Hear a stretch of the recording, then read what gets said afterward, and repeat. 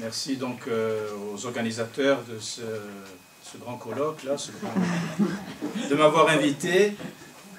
Voilà, merci beaucoup. Bien. Donc le but c'est pas de tout dire sur Jean de la Croix et la Trinité, hein, parce qu'on ne s'en sortirait pas. Il y aurait beaucoup de choses à dire. Donc le sujet, si j'ai bien compris, le thème que je dois aborder, c'est parler de la vie de la Trinité en nous à la lumière de Saint Jean de la Croix. Hein, voilà. Donc ce ne sera pas l'expérience de Jean de la Croix spécialement, mais c'est plutôt une approche générale. Tout chrétien étant appelé donc à vivre avec Dieu, comme Dieu est Trinité, tout chrétien est appelé à vivre cette vie trinitaire. Donc tout d'abord, je vais un petit peu donner un aperçu sur la doctrine de Jean de la Croix par rapport à Dieu Trinité qui se donne. Voilà. Et petit à petit, on va glisser vers comment nous le recevoir. Hein, voilà. Ce sera un peu ce matin, si vous voulez, grosso modo, un plan. Hein. Donc Jean de la Croix, il a écrit des romances. Et dans la romance numéro 1, il parle justement de la Trinité. Au commencement demeurait le Verbe, et en Dieu vivait, en qui sa félicité infinie il possédait. Le Verbe se nomme Fils, qui naissait du commencement, il a toujours conçu et toujours le concevait. Donc au commencement, c'est-à-dire non pas un commencement dans le temps, mais au principe de tout, au principe de la divinité, il y a le Verbe, qui est aussi le Fils de Dieu. Alors ce terme de Verbe, on peut le remplacer aussi par parole. C'est-à-dire que Dieu s'exprime. Donc Dieu est amour, et comme vous le savez, un amour qui ne peut pas s'exprimer, c'est un amour qui meurt. Donc Dieu, amour en lui-même, s'exprime pour partager cet amour. Et donc pour partager cet amour, Dieu le partage en lui-même. Mais Dieu ne le partage pas en lui-même en s'enfermant en lui-même, hein, dans un narcissisme. Dieu partage cet amour en s'ouvrant. Et donc il va prononcer une parole, il va prononcer un verbe qui est toute sa divinité. Et il va aimer cette parole, ce verbe, qu'on appelle aussi ce Fils. Donc Dieu engendre un Fils, il est donc Père, et cet amour qui va du Père au Fils, puis du Fils au Père, c'est l'Esprit Saint. Et donc cet amour, qui est Dieu, peut vivre à l'infini, puisque le Père, le Fils et l'Esprit Saint sont infinis. Donc c'est un amour infini qui peut s'exprimer entre les trois. Et c'est là la félicité de Dieu, c'est-à-dire sa joie éternelle, en qui sa félicité infinie il possédait. Donc le Père possède dans son Fils, dans son Verbe, cette joie infinie de pouvoir lui communiquer son amour. Comme l'aimait en son amant, l'un dans l'autre résidait. Et cet amour qui les unit, en même temps s'unissait avec l'un et avec l'autre, en égalité et valeur. Donc, les trois sont l'un dans l'autre, le Père, le Fils et l'Esprit Saint, pour partager cet amour. Et donc, le projet de Dieu, c'est justement de nous partager à nous aussi cet amour, de nous faire rentrer dans cet amour, dans cette communion des trois personnes, l'une dans l'autre et nous en eux. Et ça, c'est la romance 3. Alors, je vous lis que des extraits à chaque fois, hein, certains passages. C'est le Père qui parle au Fils. Une épouse qui t'aime, mon Fils, je voulais te donner, qui grâce à toi mérite de nous tenir compagnie, et de manger le pain à une même table.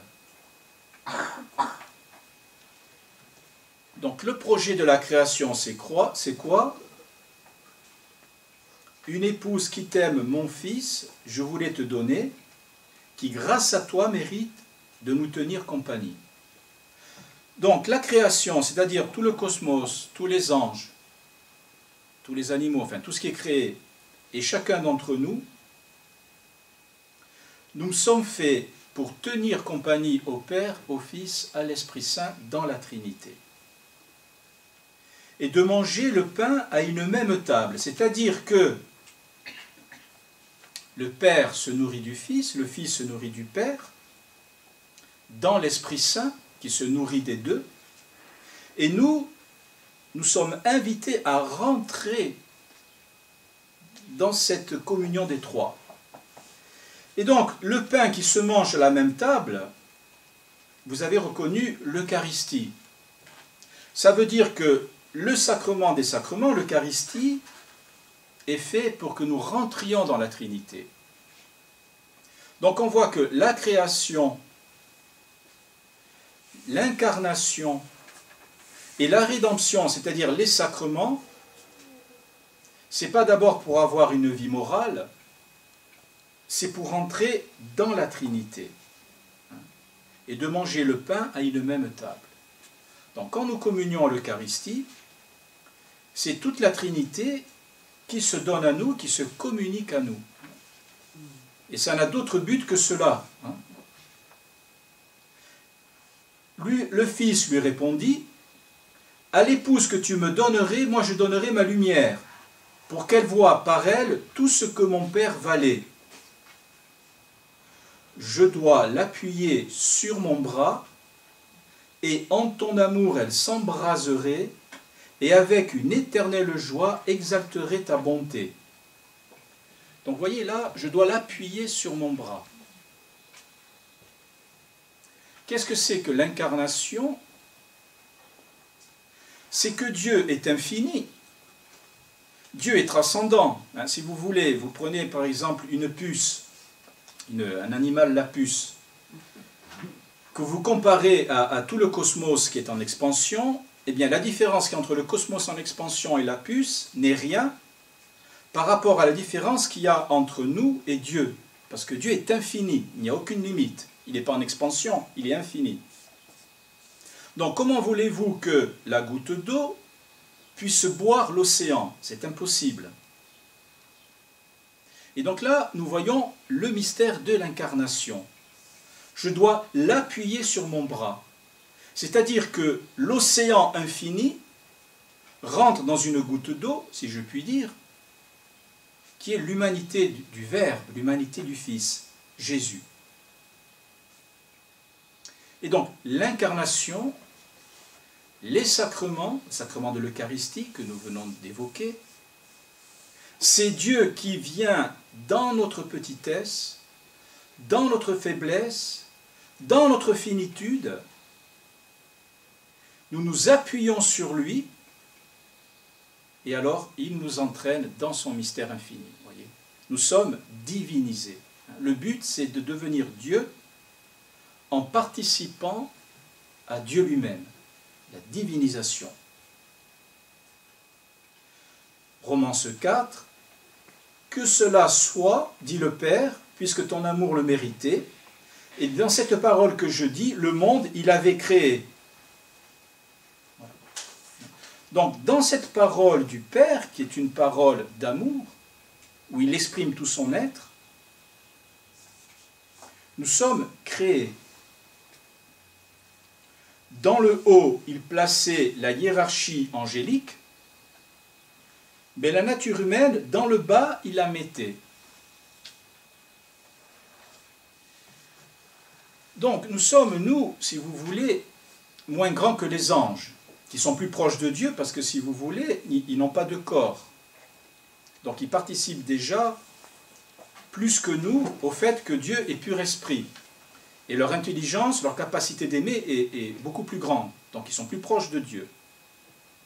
Mais Dieu, justement, ne se fait pas ange, il se fait homme.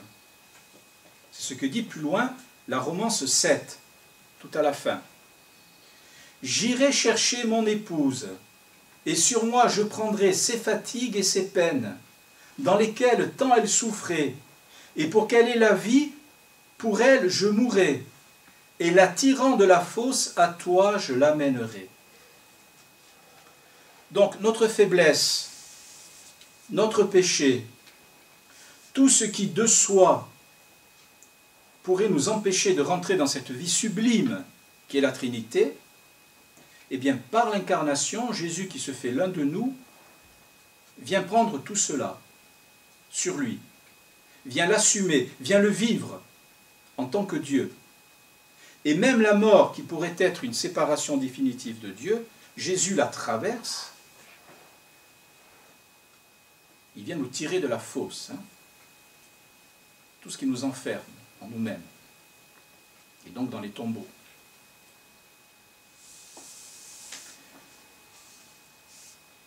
Romance 8. Alors il appela un archange qui Saint Gabriel se nommait et l'envoya à une jeune fille. Donc vous avez reconnu Marie. Elle s'appelait Marie. Et par le consentement de celle-ci, le mystère s'accomplissait dans lequel la Trinité de chair, le Verbe revêtait. Donc le terme chair dans la Bible, c'est un terme qui normalement n'est employé que pour les sacrifices des animaux. Donc c'est une connotation sacrificielle, Jésus va être offert en sacrifice, mais aussi ça indique la faiblesse. Vous voyez, ce n'est pas simplement le corps, c'est la faiblesse de notre être. Et le Verbe s'incarna dans le ventre de Marie. Alors, là, il y a un passage qui est très important, maintenant que je vais lire, la romance 9, c'est sur la nativité. Donc, ça décrit la nativité de Jésus. Comme un époux, il sortait de la chambre nuptiale. Donc, vous avez entendu au début, Jean Lacroix disait que Dieu a créé l'univers et les anges comme une épouse, que son Fils va épouser par l'incarnation. Vous savez, l'homme quittera son père et sa mère, tous deux feront une seule chair. Donc le Fils quitte son père, il fait une seule chair avec nous par l'incarnation. Donc dans toute épousaille, il y a la consommation du mariage. Et donc il y a une chambre nuptiale. Donc la chambre nuptiale dans laquelle le Verbe épouse l'humanité, c'est Marie. Comme un époux, il sortait de la chambre nuptiale. Donc le centre à partir duquel la Trinité se révèle, c'est bien Jésus, mais par Marie. Oui, ça c'est très important. Embrassant son épouse. Donc vous voyez, Marie tient Jésus dans ses bras, mais c'est Jésus qui embrasse son épouse.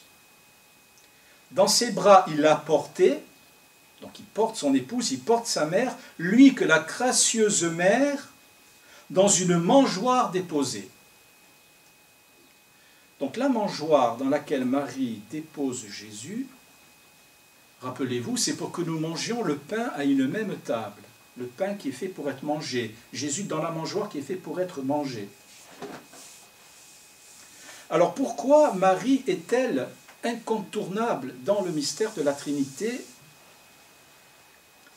Parce que ce mystère d'épouse, ce n'est pas simplement de la poésie. Dieu se donne trinitairement par l'incarnation. Mais comme il se donne, eh bien, il faut le recevoir. Il ne faut pas le prendre. Quand on vous donne un cadeau, vous ne vous jetez pas dessus. Habituellement, les choses changent, il paraît. Mais... Donc il faut l'accueillir. Donc vous savez, Ève, la première épouse, on voit qu'elle prend le fruit. Elle prend le fruit. Ça, c'est le péché originel, prendre. Tandis que Marie, la nouvelle Ève, elle n'est pas celle qui prend, elle est celle qui accueille. Elle est la véritable épouse. Qu'il me soit fait selon ta parole. Donc là, on commence déjà à glisser pour savoir comment nous pouvons accueillir la Trinité. C'est justement en Marie de recevoir Jésus comme elle dans l'attitude de Marie. C'est-à-dire dans une attitude d'épouse. Jean Lacroix compare tout le temps l'âme à une épouse, c'est-à-dire notre intériorité à l'épouse, c'est-à-dire notre intériorité en tant non pas qu'elle prend Dieu, mais en tant qu'elle accueille Dieu. Non pas en tant qu'elle prend le fruit, mais en tant qu'elle accueille le fruit. Et donc, c'est à partir de Marie que toute la création devient épouse. Les anges, les hommes, le cosmos. Fin de la romance 9. Et la mère s'émerveillait de ce qu'un tel échange elle voyait. Les pleurs de l'homme en Dieu et dans l'homme l'allégresse. Chose qui à l'un et à l'autre si étrangère d'ordinaire était. Donc, l'émerveillement de Marie, vous savez, Marie méditait toutes ces choses dans son cœur, Marie approfondit les mystères de son Fils.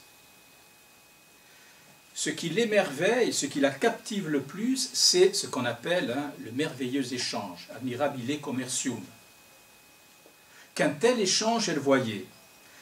Les pleurs de l'homme en Dieu et dans l'homme l'allégresse. C'est ce que je vous disais tout à l'heure, c'est-à-dire que Dieu, on l'a vu au début, il est dans cette félicité infinie.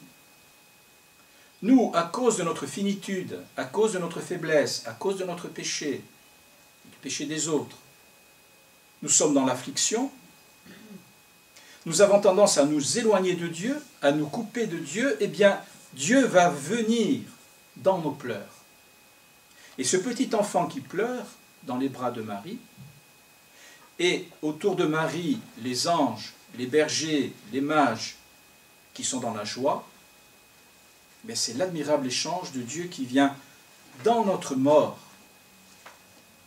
pour nous ramener à la vie de la Trinité. Donc quand je parle d'accueillir, cette attitude spirituelle d'accueillir, c'est aussi le mystère de la souffrance et de la croix dans nos vies. Quand Jésus dit porter sa croix, ça veut dire aussi accueillir ses difficultés et vivre dans ces difficultés. Voyez ? Accueillir et vivre. Et à travers ce vécu, notre vécu, le Verbe se donne en nourriture par Marie, et à travers lui, toute la Trinité descend dans notre vie, mais pas à côté de nos difficultés, mais dans nos difficultés. Voyez. Ça, c'est très important, parce que, comme tout est bio maintenant, même en catholicisme, on fait une spiritualité bio. C'est-à-dire que Jésus il est tellement gentil que tout va bien. Alors, si vous regardez les revues catholiques, tout le monde a le sourire. Jusqu'aux oreilles. Alors, jusqu'aux oreilles, c'est un minimum. Des fois, c'est un peu plus même. Mais, enfin, voilà. Voilà. Alors, voilà. Maintenant, nous allons commencer à voir comment nous accueillons la Trinité. Cette attitude d'accueil. Alors Jean Lacroix, cette attitude d'accueil, il l'indique par un mot, qui est un mot technique, qui vient de Aristote, philosophie aristotélicienne, qui est le mot passif. Donc il y a, pour Jean Lacroix, comme pour Aristote, il y a une attitude qui est active. Je fais quelque chose, je construis quelque chose, j'agis par moi-même, j'agis, c'est actif. Et puis il y a une attitude passive, qui ne veut pas dire être passif, comme on l'entend maintenant au sens de rien faire, mais est passif celui qui est mis en mouvement par quelqu'un d'autre. Par exemple, Aristote prendra l'exemple de l'œil, qui est puissance passive de la lumière. L'œil par lui-même, il ne voit rien. Alors, si je ferme les yeux, il n'y a plus de lumière, je ne vois rien. Si j'éteins toutes les lumières, je ne verrai rien. L'œil, il y voit, quand la lumière vient frapper l'œil. Il est puissance passive de la lumière. Donc notre âme, pour Saint Jean de la Croix, elle est active parce qu'elle agit, elle médite, elle fait des choses, enfin nous faisons des choses, mais notre âme est passive aussi. Elle peut être mise en mouvement par une réalité extérieure. Et dans le domaine de la vie spirituelle, celui qui nous met en mouvement pour rentrer dans son mystère, c'est Dieu même. Donc attitude passive. D'accueil. L'accueil dit bien ce que ça veut dire. Donc Saint Jean de la Croix, comme vous le savez, il a écrit un ouvrage qui s'appelle La montée du Mont Carmel, comment accéder à l'union à Dieu. Et donc, il va établir que pour monter à Dieu, et nous y reviendrons, je vais m'y attarder un petit peu maintenant déjà, il n'y a que 3 attitudes qui sont la foi, l'espérance et la charité. La foi, l'espérance et la charité. Parce que qu'est-ce que c'est que la foi, l'espérance et la charité? Eh bien justement, la foi, l'espérance et la charité, c'est accueillir Dieu qui se révèle à moi, c'est-à-dire qui se donne à moi. Si un historien ouvre la Bible et voit que dans le procès de Jésus, Jésus dit « Tu l'as dit, je suis Dieu », un historien ouvre cette Bible, il voit Jésus qui dit « Cet homme se fait fils de Dieu, il doit être crucifié, il doit être condamné à mort ». L'historien peut lire ça et puis il dit que Jésus est fils de Dieu. Mais est-ce qu'il a la foi? Non, pas nécessairement. Il peut se dire, cet homme disait qu'il était Dieu, mais il n'était pas Dieu, et donc on l'a crucifié. Est-ce qu'il a accueilli Dieu? Non. Quelqu'un d'autre ouvre la Bible. Il lit que Jésus dit, je suis le fils de Dieu. Il doit être crucifié, il a blasphémé, il est fils de Dieu. Si je dis, oui, cet homme est vraiment fils de Dieu, eh bien là j'ai fait un acte de foi. C'est-à-dire que, à travers ce que j'ai lu, à travers mon analyse, je suis allé plus loin que les apparences, c'est-à-dire c'est un homme, mais il dit qu'il est Dieu, donc il y a un mystère qui me dépasse. Est-ce que je rentre dans ce mystère, ou est-ce que j'en reste aux évidences simplement de mon intelligence? C'est un homme, il dit qu'il est Dieu. C'est pas possible. Ou est-ce que je vais plus loin dans le mystère? Si je vais plus loin dans le mystère, que je dis oui, il est Dieu, tout en étant homme, je fais un acte de foi. Je dis oui à Dieu qui, à travers ce que j'ai lu, se révèle à moi. Et quand on dit que Dieu se révèle à nous, ça veut dire que Dieu se donne à nous. Donc du moment que je fais un acte de foi en la parole de Dieu, je suis en contact direct avec Dieu. Ça c'est très important. Je suis en contact direct avec Dieu. Je ne suis pas simplement en train d'acquiescer à un donné révélé extérieur à moi pour avoir la carte du parti chrétien. Non. Je rentre dans le mystère de Dieu. Et ça, c'est un acte de foi. Donc, vous l'aurez compris, la foi, elle touche mon intelligence. La foi, c'est Dieu qui vient toucher mon intelligence. Quand je fais un acte de foi, en même temps, mon désir de vivre va être sollicité. Mon désir de vivre, mon désir d'agir, mon désir de bonheur, etc. Mon désir. Parce que chacun d'entre nous, nous nous conduisons avec notre intelligence, nous analysons les situations, mais par rapport à un désir qui nous habite. J'ai le désir d'aller au brousser, est-ce que je dois aller au brousser, oui ou non? Donc ce désir, c'est ma volonté. Et donc, quand je fais un acte de foi, ça va éveiller en moi aussi ma liberté, mon désir, ma volonté. Et ma volonté qui se tourne vers Dieu va éveiller en moi un amour de Dieu, et ça c'est la charité. Donc la foi touche mon intelligence. Dieu touche mon intelligence et me donne la foi. Dieu touche ma volonté et va éveiller envers lui, Dieu, un amour qui ne vient pas de moi d'abord, mais de lui. Comme ma foi et ma charité me tournent vers Dieu, je vais espérer que Dieu va conduire ma vie, va remplir ma vie, et ça, c'est l'acte d'espérance. Donc dès que je fais un acte de foi, je fais en même temps un acte de foi, d'espérance, de charité. Et donc je suis en contact direct avec Dieu. Mais Jean Lacroix va dire que cette expérience que je fais de Dieu, c'est une expérience nocturne. Rappelez-vous les épousailles. C'est une union nuptiale. Pourquoi est-ce que c'est nuptial? Parce que Dieu, je l'ai dit au début, il est infini, il me dépasse. Et donc, ici-bas, je ne peux pas avoir une connaissance claire et évidente de Dieu. Je peux avoir une connaissance qui a une montre, qui a une lampe, qui a un micro, parce que mes sens sont adaptés à cette connaissance-là. Je vois de la matière.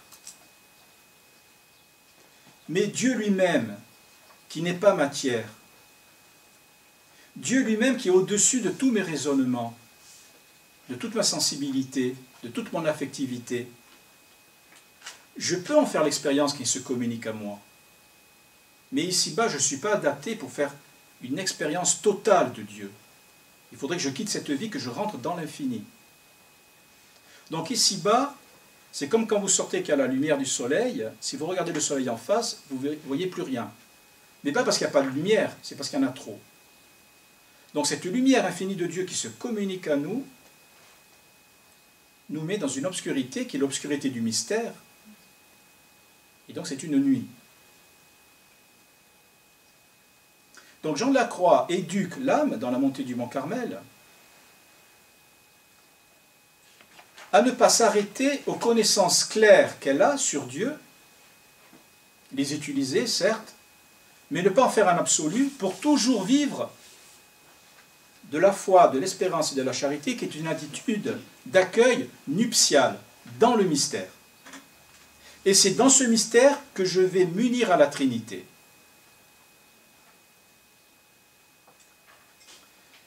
Donc Jean Lacroix va étudier toutes les connaissances que nous pouvons avoir, les connaissances sensibles, je vois avec mes yeux qu'il y a une montre, les connaissances affectives, j'ai un grand désir d'aller à la mer, me baigner, j'ai un grand désir de voyager en Italie, j'ai un grand désir de téléphoner à ma grand-mère, ça fait longtemps que je ne l'ai pas appelée, il faudrait que j'y pense d'ailleurs. Donc ça c'est affectif. Donc toutes ces réalités-là sont bonnes, mais elles ne sont pas Dieu. Donc, sensible, affectif, et puis après il va y avoir les connaissances spirituelles. Donc vous comprenez que ces connaissances sont de plus en plus intérieures. Le sensible, c'est l'extériorité, la montre. L'affectif, ma grand-mère, elle n'est pas là, c'est intérieur. Et le spirituel, c'est encore plus profond, parce que Dieu est à la racine de notre être. Donc, dans la bonté du mont Carmel, il va parler, Jean de la Croix, à partir du livre 2 et puis au livre 3, des 3 vertus théologales. Au livre 2, la vertu de foi. Et au chapitre 26, il va exprimer les connaissances spirituelles les plus profondes, donc, que peut donner l'acte de foi, ce qu'il appelle la contemplation. Il en parle à partir, enfin, vous pourrez lire le chapitre 26, mais je prends le numéro 3, et puis je prendrai 5, 7 et 10. 3, 5, 7 et 10. Ce sont des connaissances de Dieu même, des délices, dans des connaissances, ça touche l'intelligence, la foi, des délices, ça touche la volonté et la mémoire, hein, procédant de Dieu même. Ces connaissances regardent Dieu directement. Donc, les 3 vertus théologales nous donnent un contact direct avec Dieu. Elle donne un sentiment sublime de l'un ou l'autre des attributs de Dieu. Tantôt de sa toute-puissance, tantôt de sa force, tantôt de sa bonté, tantôt de sa douceur, etc. Toutes les fois que ce sentiment se fait jour, alors c'est un sentiment spirituel, hein. Ce n'est pas un sentiment sensible. Cette montre est belle, j'ai envie de la prendre, sentiment sensible. Ma grand-mère est sympathique, je veux parler avec elle, sentiment affectif. Non, c'est pas ça. C'est un sentiment spirituel qui est causé par la présence de Dieu. Toutes les fois que ce sentiment spirituel se fait jour, il pénètre l'âme tout entière. Ça veut dire que c'est Dieu qui prend possession de l'âme, de toute la personne. Mais comme il s'agit ici de pure contemplation, l'âme voit clairement qu'il est impossible d'en rien dire. Donc c'est l'infini qui est touché. Donc tout ce que je connais n'est pas adapté à circoncire l'infini. Voyez, je peux vous parler de cette montre en vous disant, elle est noire, bon, vous savez ce que c'est la couleur noire, c'est du plastique, il y a des trous, vous savez ce que c'est un trou, vous savez ce que c'est du plastique. Mais ce qu'est la beauté infinie, ce qu'est la bonté infinie, ce qu'est la douceur infinie, il n'y a aucun terme parallèle qui peut donner une idée englobante. Ça peut être que lointain. Mais comme il s'agit ici de pure contemplation, l'âme voit clairement qu'il est impossible d'en rien dire, si ce n'est en quelques termes généraux. Mais elle comprend très bien qu'il ne donne qu'une idée fort imparfaite de ce qu'elle a senti et goûté. C'est sublime, numéro 5, MC2 26, numéro 5. Ces sublimes connaissances d'amour ne sont le fait que les âmes qui touchent à l'union à Dieu. Elles font partie de l'union à Dieu. Car elles ne sont autre chose qu'un contact entre l'âme et la divinité. Numéro 7, ces touches sont tellement savoureuses et inondent l'âme de si intimes délices qu'elles se regardent comme très bien payées par l'une d'elles seulement des peines qu'elle aura souffertes durant toute son existence. Alors, je ne m'attarde pas trop là. Qu'est-ce qu'il nous dit, Saint Jean de la Croix, au numéro 10 ? C'est ici la réalisation de cette parole du Fils de Dieu en Saint Jean. Celui qui m'aime sera aimé de mon Père, et moi je l'aimerai, et je me manifesterai à lui. Ce texte s'applique parfaitement à ces connaissances et à ces touches dont Dieu favorise l'âme qu'il aime véritablement. Donc l'accueil des trois vertus théologales fait que toute la Trinité par Marie et en Marie et par Jésus descend en nous. Ce contact, il est plus profond qu'une expérience sensible, il est plus profond qu'une expérience affective, c'est une expérience spirituelle.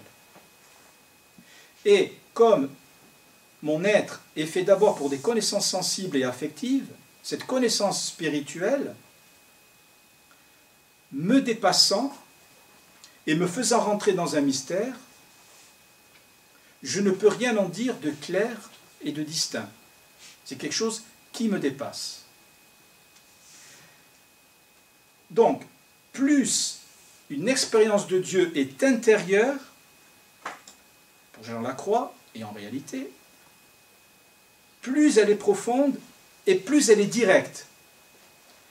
Toutes les expériences de Dieu qui exaltent la sensibilité, qui exaltent l'affectivité, sont bonnes, ne sont pas mauvaises. Mais elles ne sont pas nécessairement les plus profondes. Les plus profondes, ce sont celles qui sont dans une plus grande intériorité et qui dépassent et le sensible et l'affectif. Sans le nier, sans dire que c'est négatif, parce que Dieu passe d'abord par le sensible et l'affectif. Ça c'est très important. Je prends connaissance de Dieu à travers la lecture, à travers l'ouïe, donc à travers le sensible. Je me tourne vers Jésus avec mon affectivité. Mais quand je fais un acte de foi, d'espérance et de charité, ma sensibilité et mon affectivité, sans être niées, sans être décriées, sont dépassées par une présence purement spirituelle de Dieu qui vient se communiquer à ma partie spirituelle que sont, pour saint Jean de la Croix, l'intelligence, touchée par Dieu, donne la foi, la volonté, touchée par Dieu, donne la charité, et la mémoire spirituelle qui, touchée par Dieu, donne l'espérance. Donc pour saint Jean de la Croix, la partie spirituelle, elle a 3 capacités, 3 puissances, dit-il, qui sont l'intelligence, la mémoire et la volonté, capables d'être touchées directement par la Trinité. Alors hier soir à table, on a fait vaguement allusion à l'Inde. Et on parlait des ascètes, enfin vaguement, enfin très brièvement, des ascètes hindous. Alors, quelle est l'attitude requise pour saint Jean de la Croix pour faire l'expérience de la Trinité, justement? On parlait de l'Inde, qui recherche Dieu, qui a une grande exigence spirituelle. Et ça, c'est très beau, hein, c'est très noble. Il ne s'agit pas pour moi de décrier, bien sûr. Hein. Mais on va voir cette attitude d'accueil dont parle saint Jean de la Croix. On va voir un peu qu'est-ce que ça veut dire précisément pour lui. Hein. Qu'est-ce que c'est que pour lui que ça veut dire accueillir Dieu, hein, finalement.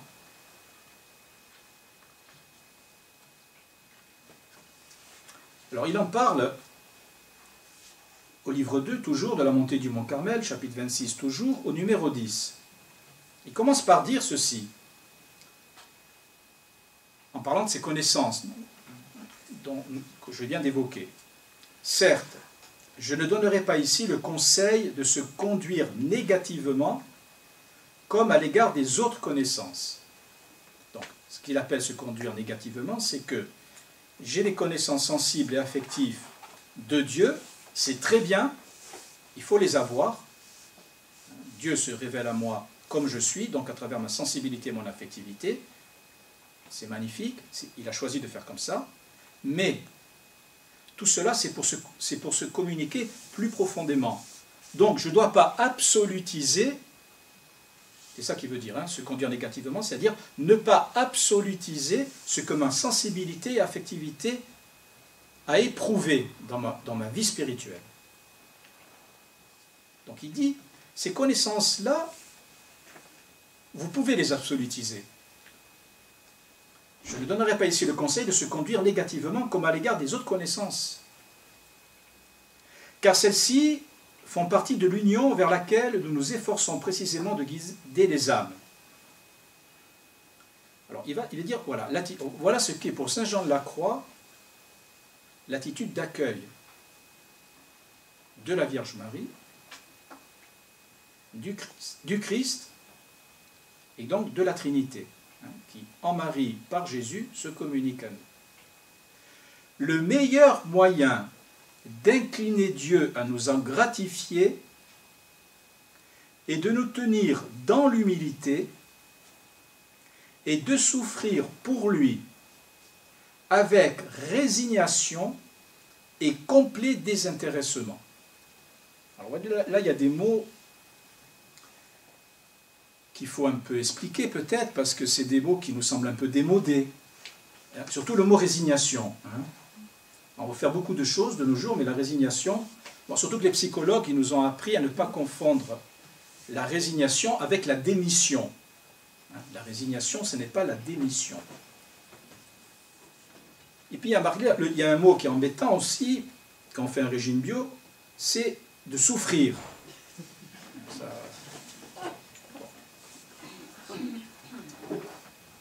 Et puis dans l'économie de marché, il y a aussi un mot qui est très embêtant, c'est complet désintéressement. Voilà. Ça devient très embêtant. Bon. Alors l'humilité, qu'est-ce que c'est que l'humilité? C'est Thérèse d'Avila qui va nous répondre très brièvement. Hein. L'humilité, c'est la vérité. L'humilité, ce n'est pas le mépris de soi. Hein. Les psychologues nous diront l'humilité, ce n'est pas le mépris de soi. L'humilité, c'est que je me tiens dans ma vérité telle que je suis devant Dieu, tout simplement, et donc devant les autres. La vérité de mon être. Et de souffrir pour lui avec résignation et complet désintéressement. Donc je vous ai parlé au début d'Ève, le péché originel. Ève qui prend le fruit. Donc c'est ça, hein, le fait d'être intéressé. Prendre Dieu, prendre ma vie, prendre les autres, manipuler Dieu, manipuler les autres, manipuler ma vie, tout décider par moi-même, mettre Dieu dans ma poche pour que ce soit lui qui fasse ma volonté, hein, au ciel et sur la terre, et non pas moi, qui fasse sa volonté. Prier pour ressentir Dieu. Vous voyez, prier pour ressentir Dieu, c'est mettre la main sur Dieu. Servir Dieu quand tout va bien. Et puis quand ça ne va pas bien, je prends la tangente. Je fais autre chose. Vous voyez, nous n'avons qu'un seul cœur. Si vous voulez savoir comment il faut, pour Saint Jean de la Croix, il faut se situer devant Dieu, bien, il suffit de vous demander comment il faut se situer devant les autres. C'est exactement la même attitude. Est-ce que devant quelqu'un, je dois de suite me demander qu'est-ce qui va me rapporter, au niveau affectif, au niveau de ma gloire personnelle, tous les niveaux que vous voulez, hein, pas simplement le niveau pécunier. Ou est-ce que je rentre dans une relation désintéressée? Voyez, le complet désintéressement. Quand je rentre en relation avec quelqu'un, est-ce que je suis fidèle? C'est-à-dire quand mon fiancé il a un accident de voiture, est-ce que je vais cliquer, est-ce que je vais voir un autre, ou est-ce que je vais le voir à l'hôpital? Est-ce que je suis désintéressé? Est-ce que j'aime mes enfants quand ils sont en bonne santé, et puis quand ils sont malades, je les laisse tomber? Voyez. Donc, est-ce que ma relation au Christ est désintéressée? Voyez. Donc, Saint Jean de la Croix, il n'est pas contre l'ascèse. Il n'est pas contre la pénitence. Mais pour lui, ce qui est important, c'est une qualité de cœur, vous voyez. Une qualité de cœur. Parce que Dieu est amour. Dieu est amour. Et comme dit, je ne sais plus quelle héroïne dans Don Quichotte, de qui tous les bergers sont amoureux, dont tous les gars du village se transforment en bergers parce qu'ils veulent suivre la bergère. Elle leur dit, c'est pas parce que je suis belle que je suis obligé de me donner à vous. C'est pas parce que je suis belle que je suis obligé de me donner à vous. Donc Dieu, c'est une beauté infinie, un amour infini qui est délicat. C'est pas une chose, Dieu. Donc quand il voit un amour désintéressé, un amour fidèle, un amour humble, c'est-à-dire un amour de pauvre, un amour de pauvre, parce que par rapport à lui, nous sommes des pauvres, donc des enfants. Donc quand il voit un amour de pauvre, l'humilité, un amour fidèle, la résignation, et un amour désintéressé, il voit un cœur qui est ouvert. Alors quand il voit un cœur qui est ouvert, comme le cœur de Marie, eh bien il s'engouffre. Alors il s'engouffre. Et là, c'est la Trinité qui se révèle à nous. Ces faveurs, en effet, poursuit Saint Jean de la Croix toujours au numéro 10, ces faveurs, en effet, ne sont pas le partage d'âmes propriétaires. Les âmes propriétaires, Ève, qui prend. Dieu les accorde par un amour très spécial, donc par un amour très délicat, désintéressé, parce que Dieu nous porte un amour désintéressé, voyez-vous. Dieu, il est la beauté infinie. Il est la force infinie, il est la douceur infinie, il est la grandeur infinie. Alors, il n'a aucun besoin de nous. Il nous a créés par pure surabondance de libéralité. Pas du tout par un besoin quelconque.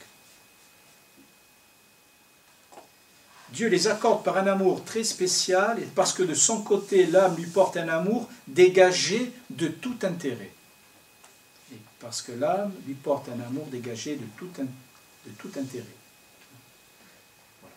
C'est là la réalisation de cette parole du Fils de Dieu. Je l'ai déjà dit, hein. Celui qui m'aime de manière désintéressée, pure, chaste, fidèle, sera aimé de mon Père, et moi je l'aimerai et me manifesterai à lui. Donc il ne peut pas y avoir d'amour sans épreuve. L'épreuve approfondit l'amour. C'est déjà vrai au niveau humain.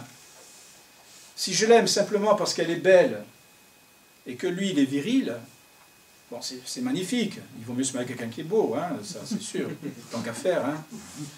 Mais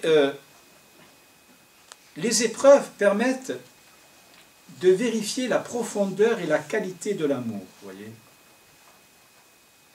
Et plus les épreuves dans un couple, par exemple, vont être traversées ensemble, ou dans une amitié, plus l'amour va être fidèle, va être profond, va être tenace, va être solide. Et ça, c'est le mystère de la croix, vous voyez. Dieu nous a aimés fidèlement jusqu'au mystère de la croix. Et donc, le mystère de la croix dans notre vie, ce n'est pas pour nous faire souffrir, c'est pour nous faire aller dans un plus grand amour, dans un amour plus profond.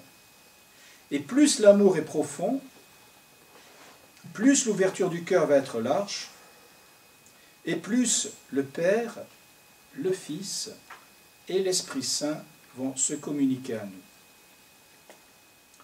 Donc, je finis, là, quelle heure il est? J'ai déréglé ma montre, là. Quelle heure il est, là? 10h04. Bon, c'est bon.